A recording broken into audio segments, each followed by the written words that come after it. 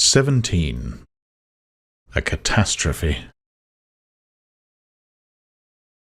Scarcely 6 weeks passed before I had lost every feeling but dislike and abhorrence for this infamous experiment of Moreau's. The one idea was to get away from these horrible caricatures of my Maker's image, back to the sweet and wholesome intercourse of men. My fellow creatures, from whom I was thus separated, began to assume idyllic virtue and beauty in my memory. My first friendship with Montgomery did not increase. His long separation from humanity, his secret vice of drunkenness, his evident sympathy with the beast people tainted him to me. Several times I let him go alone among them. I avoided intercourse with them in every possible way. I spent an increasing proportion of my time upon the beach, looking for some liberating sail that never appeared, until one day there fell upon us an appalling disaster, which put an altogether different aspect upon my strange surroundings. It was about 7 or 8 weeks after my landing, rather more, I think, though I had not troubled to keep account of the time, when this catastrophe occurred. It happened in the early morning, I should think about 6. I had risen and breakfasted early, having been aroused by the noise of 3 beastmen carrying wood into the enclosure. After breakfast, I went to the open gateway of the enclosure and stood there smoking a cigarette and enjoying the freshness of the early morning. Moreau presently came round the corner of the enclosure and greeted me. He passed by me, and I heard him behind me unlock and enter his laboratory. So indurated was I at that time to the abomination of the place that I heard without a touch of emotion the puma victim begin another day of torture. It met its persecutor with a shriek, almost exactly like that of an angry virago. Then, suddenly, something happened. I do not know what to this day.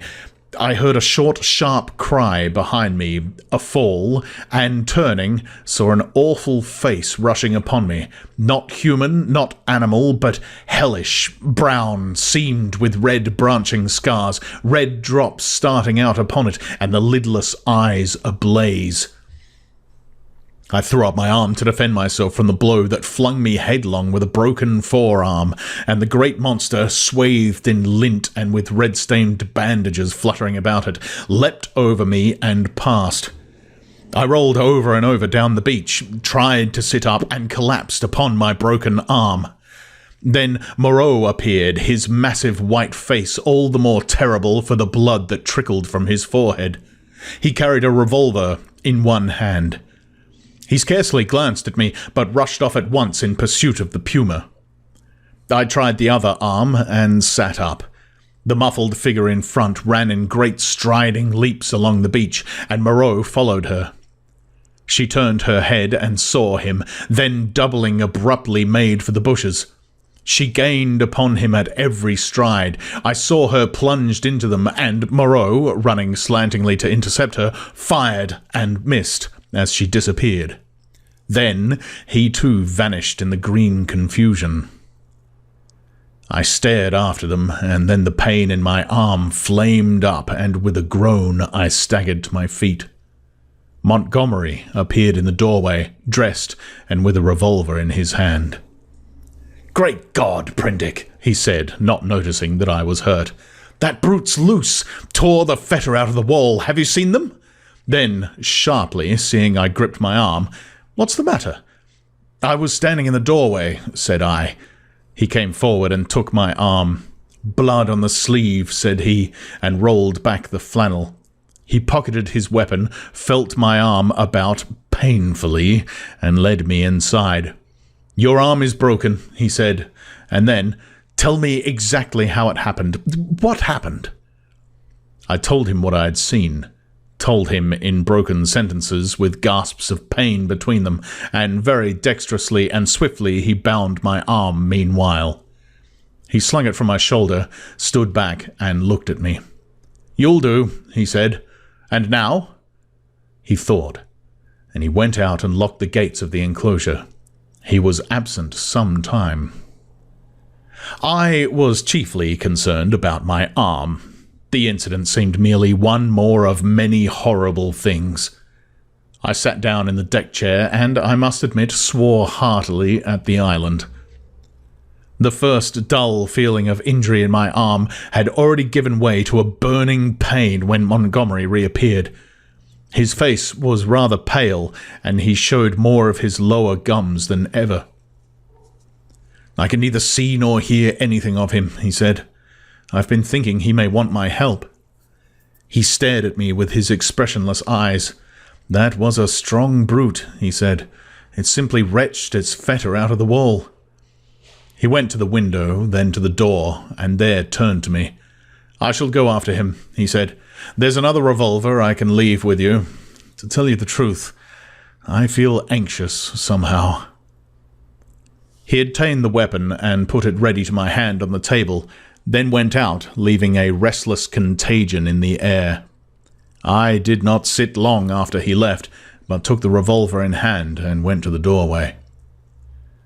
The morning was still as death. Not a whisper of wind was stirring. The sea was like polished glass, the sky empty, the beach desolate. In my half-excited, half-feverish state, the stillness of things oppressed me. I tried to whistle, and the tune died away. I swore again, the second time that morning.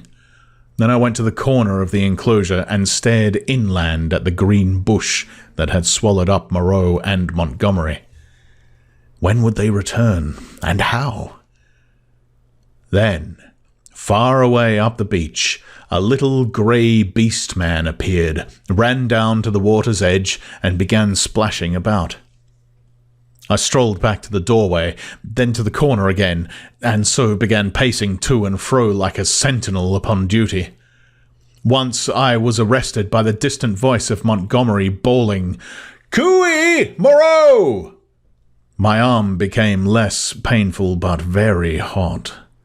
I got feverish and thirsty. My shadow grew shorter. I watched the distant figure until it went away again. Would Moreau and Montgomery never return? 3 seabirds began fighting for some stranded treasure. Then, from far away behind the enclosure, I heard a pistol shot. A long silence, and then came another. Then a yelling cry, nearer, and another dismal gap of silence. My unfortunate imagination set to work to torment me. Then suddenly a shot close by. I went to the corner, startled, and saw Montgomery, his face scarlet, his hair disordered, and the knee of his trousers torn. His face expressed profound consternation. Behind him slouched the beast man, Maling, and round Maling's jaws were some queer, dark stains. "Has he come?" said Montgomery. "Moreau?" said I. "No. My God!" The man was panting, almost sobbing. "Go back in," he said, taking my arm. "They're mad. They're all rushing about, mad. What can have happened? I don't know. I'll tell you when my breath comes. Where's some brandy?" Montgomery limped before me into the room and sat down in the deck chair. Maling flung himself down just outside the doorway and began panting like a dog. I got Montgomery some brandy and water. He sat staring in front of him at nothing, recovering his breath. After some minutes, he began to tell me what had happened. He had followed their track for some way. It was plain enough at first on account of the crushed and broken bushes, white rags torn from the puma's bandages, and occasional smears of blood on the leaves of the shrubs and undergrowth. He lost the track, however, on the stony ground beyond the stream where I had seen the beast man drinking, and went wandering aimlessly westward, shouting Moreau's name. Then Maling came to him carrying a light hatchet. Maling had seen nothing of the puma affair, had been felling wood, and heard him calling. They went on shouting together. 2 beastmen came crouching and peering at them through the undergrowth, with gestures and a furtive carriage that alarmed Montgomery by their strangeness. He hailed them, and they fled guiltily. He stopped shouting after that, and after wandering some time further in an undecided way, determined to visit the huts. He found the ravine deserted. Growing more alarmed every minute, he began to retrace his steps. Then it was he encountered the 2 swine men I had seen dancing on the night of my arrival. Blood-stained they were about the mouth, and intensely excited.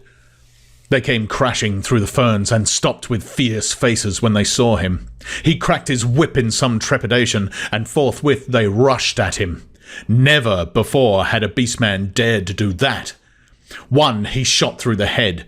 Maling flung himself upon the other, and the 2 rolled, grappling. Maling got his brute under and with his teeth in his throat, and Montgomery shot that too as it struggled in Maling's grip. He had some difficulty in inducing Maling to come with him. Thence they had hurried back to me. On the way, Maling had suddenly rushed into a thicket and driven out an undersized ocelot man, also blood-stained and lame through a wound in the foot. This brute had run a little way and then turned savagely at bay, and Montgomery, with a certain wantonness, I thought, had shot him. "What does it all mean?" said I. He shook his head and turned once more to the brandy.